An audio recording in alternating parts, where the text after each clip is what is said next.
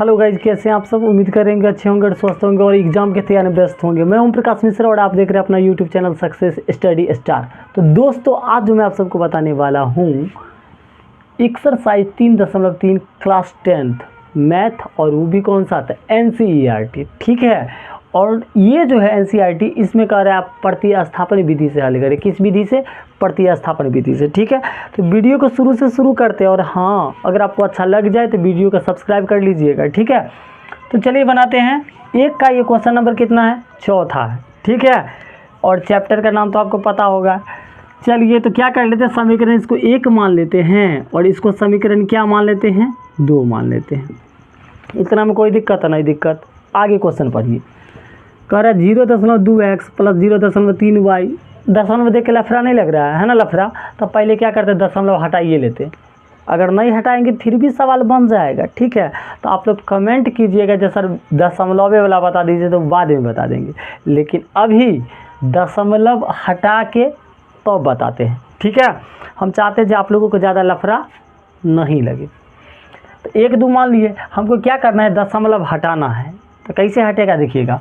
देखिए, दशमलव के बाद है ना एक संख्या है। कितना संख्या है? एक संख्या बाद दशमलव। एक संख्या बाद दशमलव है ना, तो 10 से गुना करेंगे ऑटोमेटिक दशमलव गायब हो जाएगा।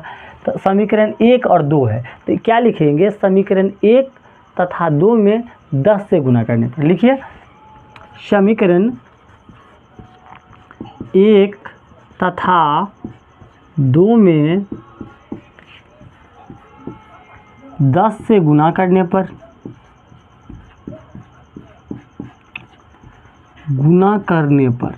चलिए क्या बोले, जब ये 10 से गुना करेंगे ऑटोमेटिक दशमलव क्या हो जाएगा, गायब हो जाएगा। आप गुना करके देख लीजिएगा, दशमलव वाला गुना आ रहा है ना। तो चलिए, तो ये क्या हो जाएगा, 2x।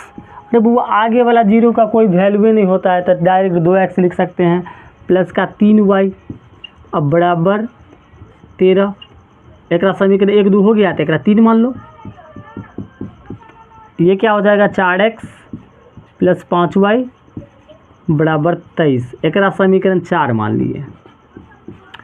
देखिए, दशमलव हटा लिए। अब दूसरा स्टेप समझिए। ये विधि कौन सा विधि से हल कर रहे हैं? तब प्रतिस्थापन विधि। कौन सा विधि? तब प्रतिस्थापन विधि। तो इसका प्रतिस्थापन का अर्थ ये होता है, जब एक मान को दूसर में स्थापित करेंगे। एक मान को दूसर में स्थापित करेंगे, ओकरे तब प्रतिस्थापन कहते हैं। कैसे? देखिएगा, अब 3 और 4 आ गया, यही मेन समीकरण है। तो समीकरण 3 से मन होगा तो आप 3 से भी लिख सकते हैं, समीकरण 4 से मन होगा तो आप 4 से भी लिख सकते हैं, आपको जिससे मन हो। ठीक है, तो मान लीजिए हम लिखते हैं समीकरण 3 से। समीकरण 3 से तो 3 समीकरण क्या है, 2x प्लस के 3y बराबर 13। तो ये देखिए, 2 चर है, एक x चर है और दूसरा क्या है, y है। तो कोई एक चर को हम पकड़ लेते हैं, यानी बराबर की इसी तरफ रखते हैं, दूसरे चर को बराबर के उस तरफ भेज देंगे। मान लीजिए हम x वाला को इधर रख लीजिए, तो 2x बराबर पहले से 13 है ना, हाँ, प्लस का 3y तो बराबर की इस तरफ आके माइनस का 3y। ठीक है, अब देखिए, ये 2 क्या चीज़ का है, गुना का है। किस चीज़ का है? गुना का है। तो बराबर के उस तरफ जाएगा भाग में, भाग मतलब बट्टा में। हाँ, चलिए, समीकरण 4 के बाद ये समीकरण क्या हो गया, 5 हो गया। ठीक है, अब यही मान x का मान जो ये आया है, ये 3 चाहे 4 में रखेंगे तो y का मान आएगा। ठीक है, तो लिखते हैं x का मान, मान लीजिए हम 4 में रख लेते हैं। x का मान समीकरण 4 में रखने पर,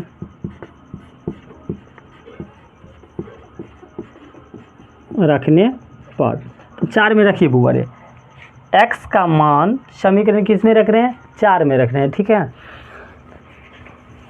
तो चलिए ये 4 लिख लीजिए, और x है ना, तो x के जगह ये पूरा रामायण छाप दीजिए। तो ब्रैकेट कर लीजिए, 13 माइनस के 3y अब बट्टा 2, ब्रैकेट बंद। अब 4x के बाद क्या, प्लस 5y। तो लिख लीजिए प्लस 5y बराबर कितना है, 23। ठीक है, अब देखिए, ये दोनों के बीच कोई चीज़ नहीं, यानी गुना का गुना कर लीजिए। 13 चौका 52 माइनस 4 तिया 12 और y लगा है तो y लगा लीजिए।